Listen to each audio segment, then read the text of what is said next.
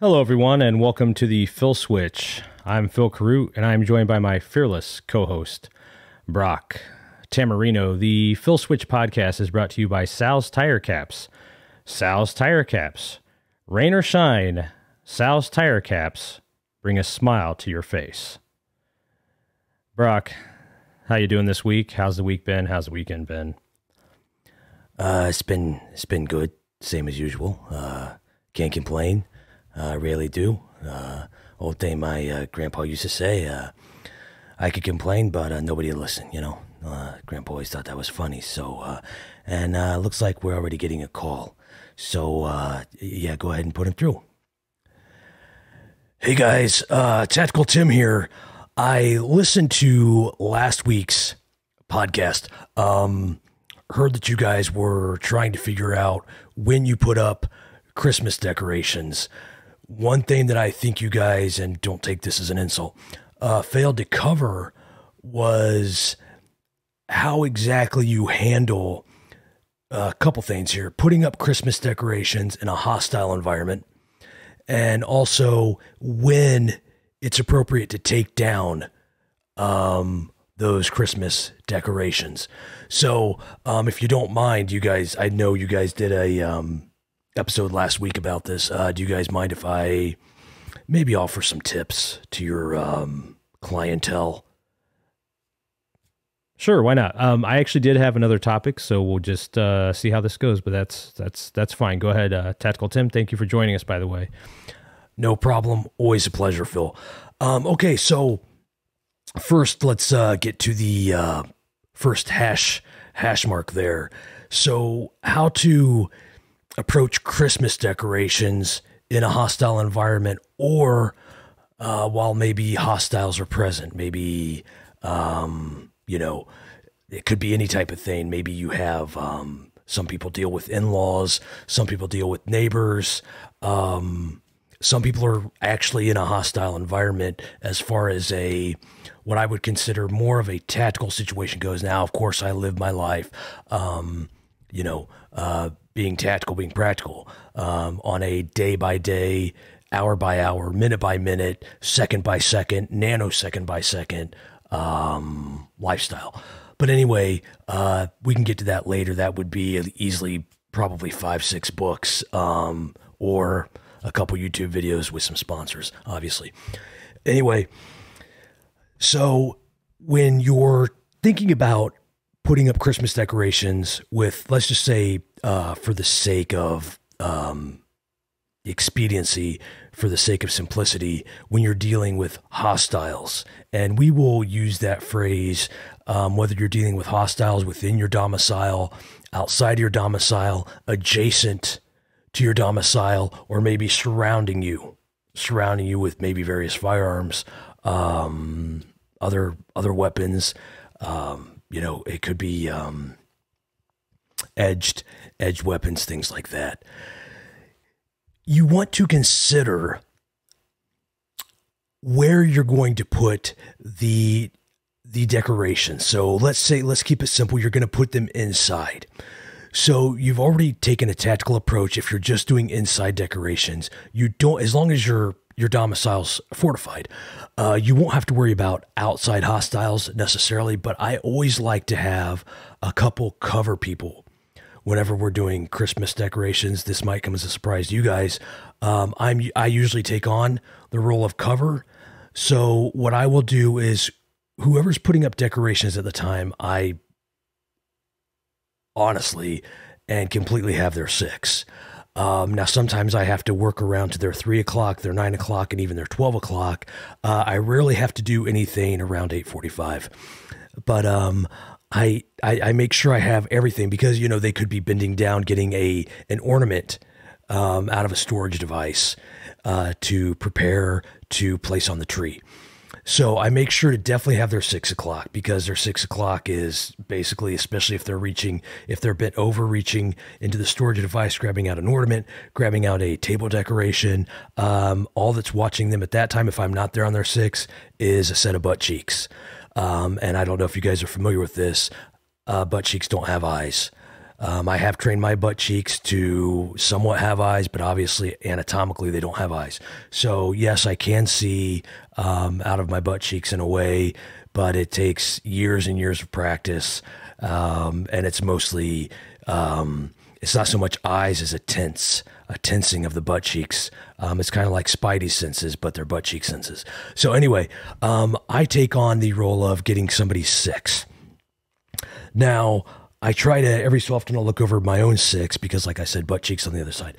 I'll look over my own 6 when my butt cheeks tense. I know the person behind me, theirs aren't because they're not trained. They haven't gone through the training. They haven't done reps to get that proficiency. So I will make sure that I have their 6 and my 6. And I make sure I clear them.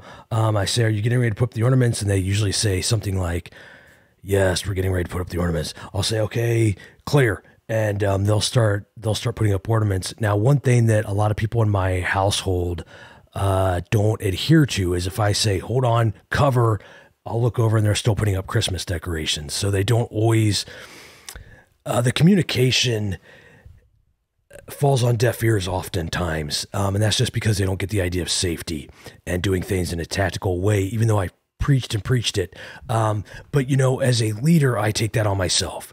If my battalion isn't listening to me within the confines of the home when we're putting up decorations, that's on me. I have to take that responsibility, even though they might be the ones neglecting the safety issues.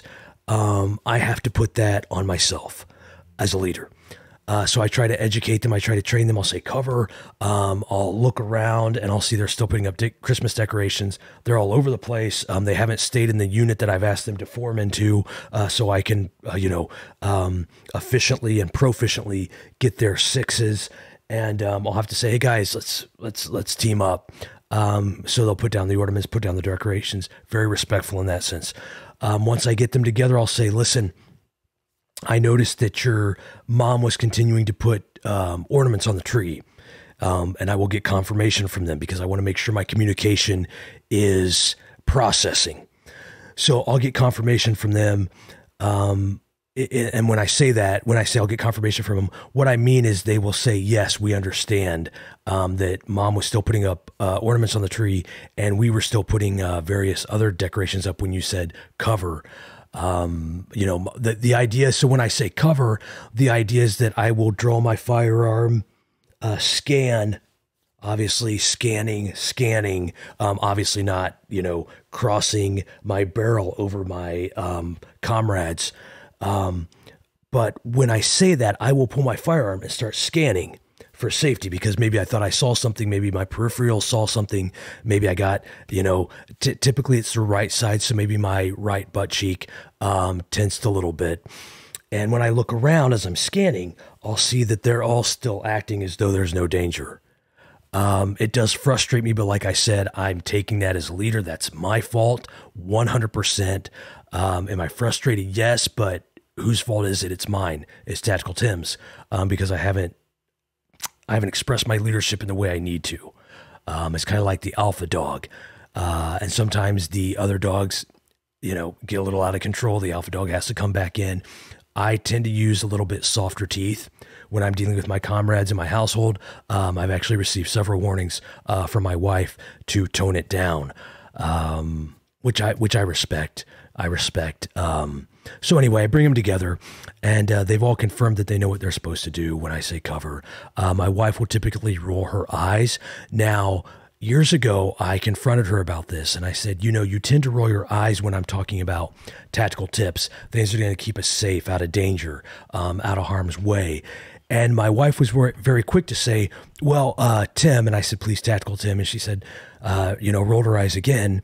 And she said, Tactical Tim. And I said, yes, you rolled your eyes again, by the way. She said, yes, that's just she said it was a nervous tick when she rolls her eyes. And she says she often gets nervous when she feels like she's messed up a tactic that I'm talking about.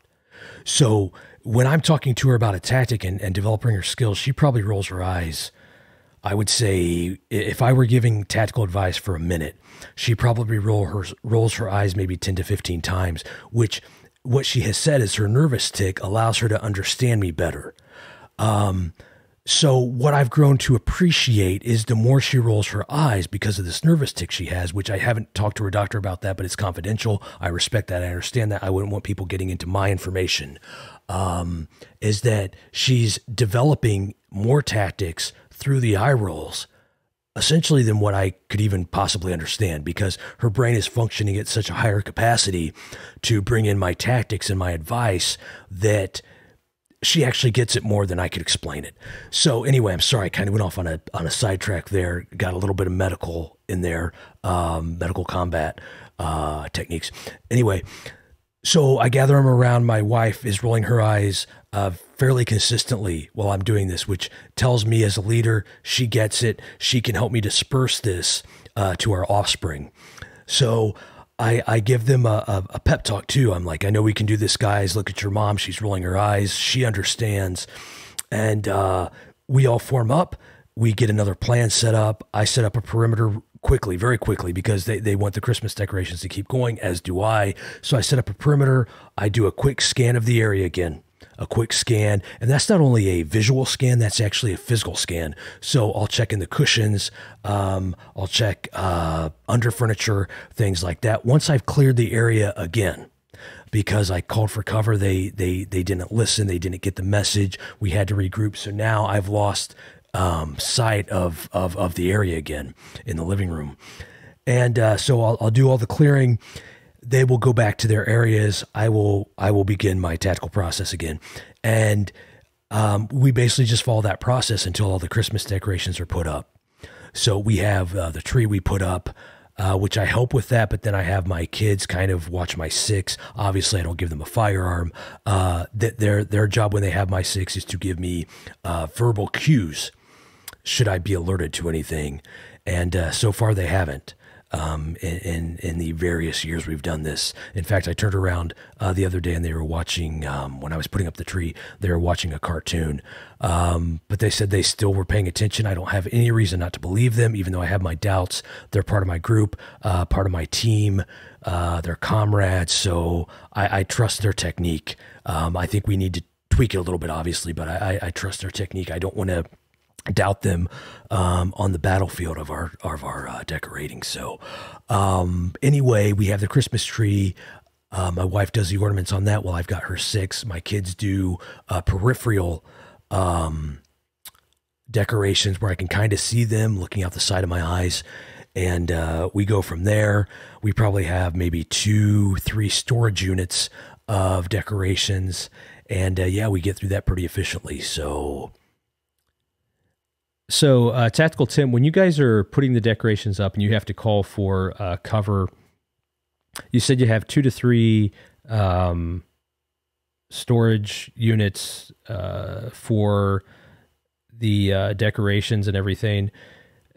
How long would you say that takes for you guys to complete that task tactically? Well, we set a new record this year as far as quickest done. We were very proud. I was proud of my team. We actually had a very nice meal after that. But this year, we were able to get the Christmas tree up, ornaments on the tree, a few peripheral decorations. We got it done in just about 4 hours. 4 hours, yeah. So how many times would you say you called cover to make sure that you guys were tactically sound during the decoration process? Process is okay. The word I like to use, you said decoration process. I always try to get my comrades, my group, my battalion into a tactical mindset. So I usually call it a decoration mission.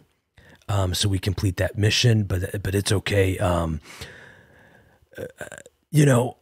I probably have to call cover, I would say, because there's all kind of things that happen, all kind of things I'm looking out for.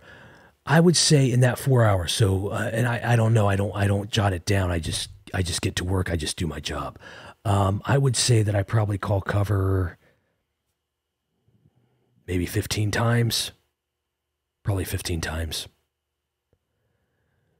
So when you say you call cover, what kind of things are you calling cover for? Like, do you see somebody like approaching your house, or do you think you see maybe somebody trying to get into your house? What kind of things do you call cover for? Yeah, so what I will typically, I mean, it really ranges. I mean, I wish I could list every single thing, but from a guy with my experience, my tactical know-how, you just kind of know it when you see it. So sometimes, like this time we were putting up Christmas decorations, I saw some leaves rustle in the yard, and I thought, if those leaves are rustling, maybe upwind, somebody was trying to make a tactical approach on our house, so I'll call cover. So if I see like leaves rustling, I'll call cover. If a squirrel suddenly darts out away from a tree, I'll think maybe somebody was making a tactical approach towards our house at that point, at that juncture there, maybe to the northeast quadrant there. So I will call cover. So I know some people, my wife has talked to friends, and she said that her friends don't adhere to these type of tactical maneuvers, techniques during their Christmas decoration mission. She didn't say mission, but and I say, well, I understand that they come from a different background than I do. They come from a different expertise level than I do. So that's okay. That's okay. I don't mind that. And, we'll move on. We'll have a good conversation about it, a good discussion, and we'll move on from there. Yeah. All right. So, Tactical Tim, so you've given us good advice on how to tactically complete a Christmas decorations mission. So you also spoke about how to tactically take Christmas decorations down. I think you might have said that, or do you have any advice on how to take Christmas decorations down? Oh, certainly, yeah. So now these missions can be very risky because when you're putting Christmas decorations up, there's a lot of joy, there's a lot of laughter. You're getting things up very efficiently, very quickly, right? But oftentimes when you take Christmas decorations down, there's still joy and laughter, but you're moving slower. You've had Christmas dinner, maybe you've had desserts. So even if it's a few days removed, say some people take their Christmas decorations down. I'm just saying, now I'm not saying this is gospel. I'm not saying you have to adhere to this, but maybe some people put their Christmas decorations down like on January 1st, okay, New Year's Day. So you've had your Christmas meal that's still settling in there because, people don't really do a whole lot over the holiday. Plus you have all kind of snacks and desserts at work, things like that, people bringing stuff in. Heavy Betty bringing all of her cakes and stuff in, and then she brings all the leftovers from Christmas. I know that wasn't sensitive to say Heavy Betty, but that's just what we call her at work. And anyway, she'll bring all this stuff in, and then everybody's got to eat all this stuff now.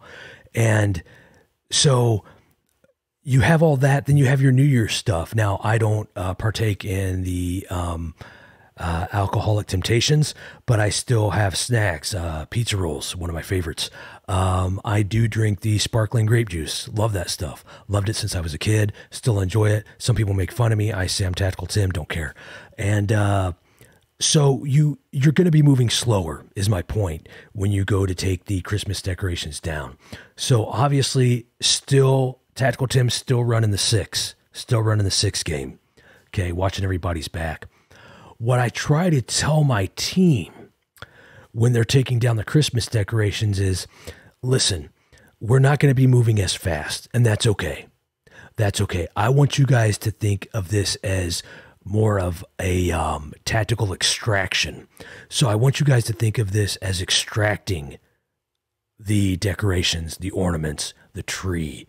My kids, when they were very young, didn't get what extraction meant, so I had to explain it to them. So by the time they each got to 3, they understood what extraction meant pretty well. So in fact, when I picked them up from school, they say to the teachers, which is sometimes alarming to the teachers, they say, our dad is coming to extract us from the school. So now the teachers are very aware of what extraction means and what that details as well. So, which is good because I'm here to educate people. And so when we're doing the decoration extraction mission, I still use mission. I want him to stay in the nomenclature of what we're trying to do, what we're trying to make happen, why we're doing this. We try to live out our why when we're doing the Christmas decoration extraction. I make sure I tell them you have a mission buddy. Okay, you have a mission buddy. This is more important than anything during an extraction because we're moving slower. We're moving slower. Time is still going the same speed, but we're moving slower because of various complications, various things we run into, risk. And so everything is the same except everything's moving slower. Now, so they're all doing, and I have to cover a lot more times during the Christmas decoration extraction mission. I have to cover a lot more just because everything seems to be moving faster, everything except us, right? So I'll cover a lot more. My wife probably does the most eye rolling during the Christmas decoration extraction missions. She does a lot of eye rolling, which really makes me aware that even in her slowness, she is comprehending so much right now. So her body might be moving slower, but her brain is moving at an accelerated pace. And I can tell that by watching her eyes go to the ceiling and back down, go to the ceiling and back down, go to the ceiling and back down. I can tell that. And in fact, this year, when we were putting Christmas decorations up, which I forgot, she also indicated to me, which part of me felt bad because maybe it was a gene that was passed on, but she indicated to me that my oldest child had developed this syndrome that she has, which, is a curse, but also a blessing, because where it's distracting to see my wife and my oldest roll their eyes, I also know because of the condition, they are grasping the information better. And I appreciate and respect that. So, that's how we do those missions. That is how we accomplish those missions as a team, as a battalion, as comrades, as a unit, tactically, efficiently, proficiently. Hey, so Tactical Tim, I noticed that you were releasing some short videos, giving tips, giving your insight to stuff for the Fill Switch here. And I noticed that you hadn't posted any in a long time. The last one I think you did was about the Queen and the Royal Guard or whatever. So what happened? Are you going to be posting more, or was it just like a limited series or something? Yeah. So I wasn't going to say anything. I appreciate you asking me that question, and maybe I owe you here at the Fill Switch and the listeners an explanation. So when I did that last video about the Queen and the Royal Guard, it was a very hard video for me to do. In fact, after I finished the video and they said we're done recording, after I cleared the area, I became emotional. Yeah, I became emotional just thinking in my head, had I been in the Queen's Guard, maybe she would still be here. Maybe, and I don't want to say that the Queen's Guard didn't do their job to the best they could. I just couldn't help thinking that maybe if I was in the Queen's Guard, she would still be here. And that really weighed heavy on my heart, on my tactical spirit. And I just have been kind of lost until I heard last week's show. And I thought this is a chance for me to get back in and really try to give some help to people. But that the Queen, she died of natural causes. You know that, don't you? Don't you, Tim? Did she? Yeah, she did actually. She was she was pretty old. I mean, she had a good life, but yeah, she did die, I believe, of natural causes. Or she was well up there in age. So I don't know that it was anything you could have done to change, Tactical Tim. Really? I thought for some reason I thought there was an ambush on the castle. That's what I had, because after I did that video, somebody's like, "Yes, did you hear about the ambush?"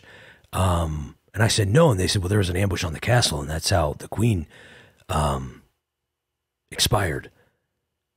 No. There was no ambush or anything on the castle. She was just up there in age, and yeah. I mean, she was a fairly old lady, and it was just her time. So what? So why did they get the idea there was an ambush? Because they were saying, Tactical Tim, there was an ambush. Like, what would you have done? And I mean, after I cleared my thoughts, I probably talked to him for about 3 hours on what I would have done during that ambush. Who was that? Who told you about the ambush? Tactical Tim? It was actually your guys' producer. He said there was an ambush. He said, I'm going to keep the camera rolling. And he said something about having family over the next week. And they were going to watch some comedy show or something. Oh, yeah, I don't know. That's weird. Maybe maybe he had seen another video somewhere or something. Yeah, that could have been. I don't know. If he shows you that footage, let me know what you guys think, though. Because I mean, I went through like the whole castle, through the nooks and crannies. Even gave advice on how I would have had the queen wear the crown when I was escorting her out. Of course, by this time I had been bombarded by a team of 50. I took them all out while covering the queen.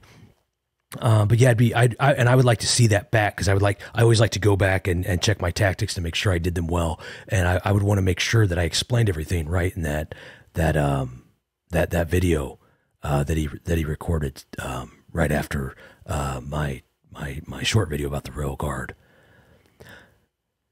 Yeah, we will do everything we can to get our hands on that video and see if we cannot get a copy to you. Tim, does that sound agreeable to you? Yeah, that sounds great. That would be awesome. I would greatly appreciate that. So yeah, if you guys could do that, maybe I will work with your producer to get some more of these short videos coming up again. I'm trying to clear my head still, trying to work through the whole queen thing. Now this adds a whole new element that I have to reconcile. So, but yeah, I'll see what I can do about getting you guys more shorts. And hey, thank you for having me come on and talk to you guys for a bit about Christmas decoration missions, Christmas decoration extraction missions. Also, thank you guys. Yeah, thank you, Tim. And we look forward to seeing more shorts from you here in a little bit. So, hey everybody, as always, thank you for listening. If you want to check me out on my other podcast that I do, that is the 1st and 15th with, with Kaplowitz Media. If you guys would like to reach out and contact us, you can do that through email. The email address is thefillswitch@gmail.com. Again, that's thefillswitch@gmail.com. Guys, we wish you all a great week, and we'll talk to you soon here at the Fill Switch.